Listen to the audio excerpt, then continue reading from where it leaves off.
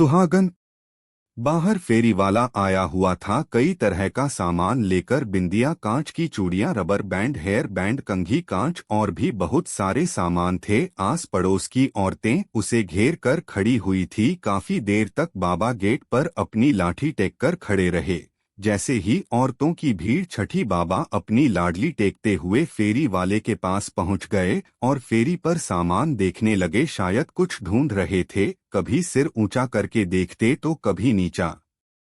जो देखना चाह रहे थे वह दिख नहीं रही था। हैरान परेशान बाबा को फेरी वाले ने देखा तो पूछा, कुछ चाहिए था बाबा आपको? पर बाबा ने सुनकर अनसुना कर दिया। धीरे धीरे लाठी टेकते हुए फेरी के ही चक्कर लगाने लग गए। कहीं तो दिखे वो जो देखना चाहते हैं। फेरी वाले ने दोबारा पूछा, बाबा कुछ चाहिए था क्या? अब की बार बाबा ने फेरी वाले से कहा, हाँ बेटा क्या चाहिए था बताओ मुझे, मैं ढूंढ देता हूँ। मुझे है ना वो बिंदियाँ चाहिए थी।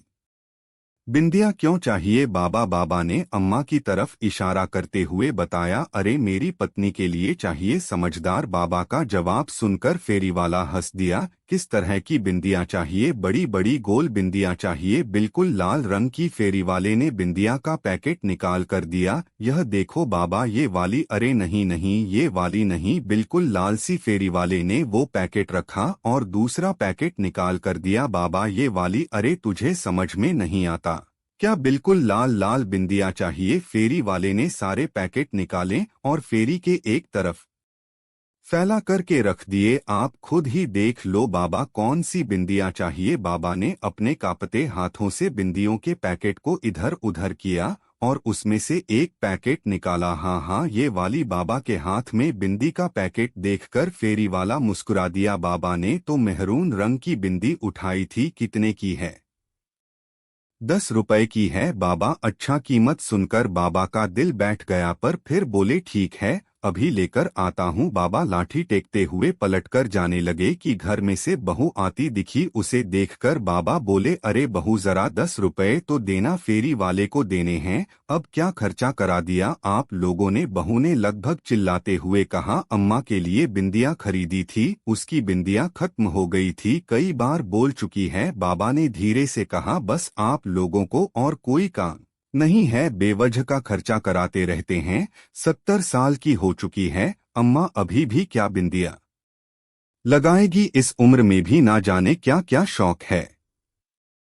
बेटा बात शौक की नहीं है, अम्मा भी सुहागन है इसलिए उसका मन नहीं मानता। सिर्फ 10 रुपए ही तो मांग रहा हूँ, अंदर जाकर दे दूंगा। कहाँ से दे दोगे? वो जो पैसे दोगे वो भी तो मेरे पति की कमाई है, मेरे पास कोई पैसे नहीं है। इतना कहकर बहू बड़बड़ाती हुई अंदर आ गई। अम्मा ने अपनी खाट पर लेटे लेटे ही बाबा को इशारा किया। बाबा ने पलटकर बिंदी फेरी में वापस रख दी और लाठी टेकते हुए अम्मा के पास आकर बैठ गए। बाबा ने देखा अम्मा की आंखों में आंसू थे।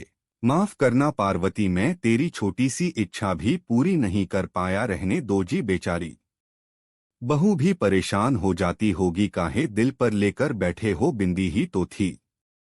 हाँ बिंदी ही तो थी, कौन सी हजारों रुपए की आ रही थी? बाबा ने व्यंग से हंसते हुए कहा, बिंदी ही तो लगानी है जी। एक काम करो, पूजा घर में से हिंगलू ले आओ, उसी से लगा देना, पर आज अपने हाथों से ही बिंदी लगा दो। बाबा ने अम्मा की बात सुनी और फिर लाठी टेकते हुए पूजा घर में गए। थोड़ी देर बाद बाबा हाथ में हिंगलू लिए अम्मा के पास पहुँचे। लो पार्वती उठो, मैं तुम्हें बिंदी लगा देता हूँ। पर अम्मा ने कोई हलचल ना दिखाई। बाबा ने दोबारा कहा, पार्वती ओ पार्वती सो गई क्या? तेरी बड़ी इच्छा थी ना बड़ी सी लाल बिंदी लगाने की, ले देख मैं हिंगलू ले आया हूँ, अब बड़ी सी लाल बिंदी लगा दूंगा। पर तू बैठ तो सही। पर अम्मा बिल्कुल शिथिल पड़ी हुई थी, शरीर में कोई हलचल ना थी। बाबा का दिल बैठ गया, हाथ में हिंगलू लिए अम्मा के पास ही बैठ गए। आंखों में से झरझर आंसू बह रहे थे पर एक भी बोल ना फुटा। अम्मा जा चुकी थी हमेशा के लिए। थोड़ी देर में रोना धोना मच गया। आस पड़ोस के लोग आ गए, बेटे को बुलाया गया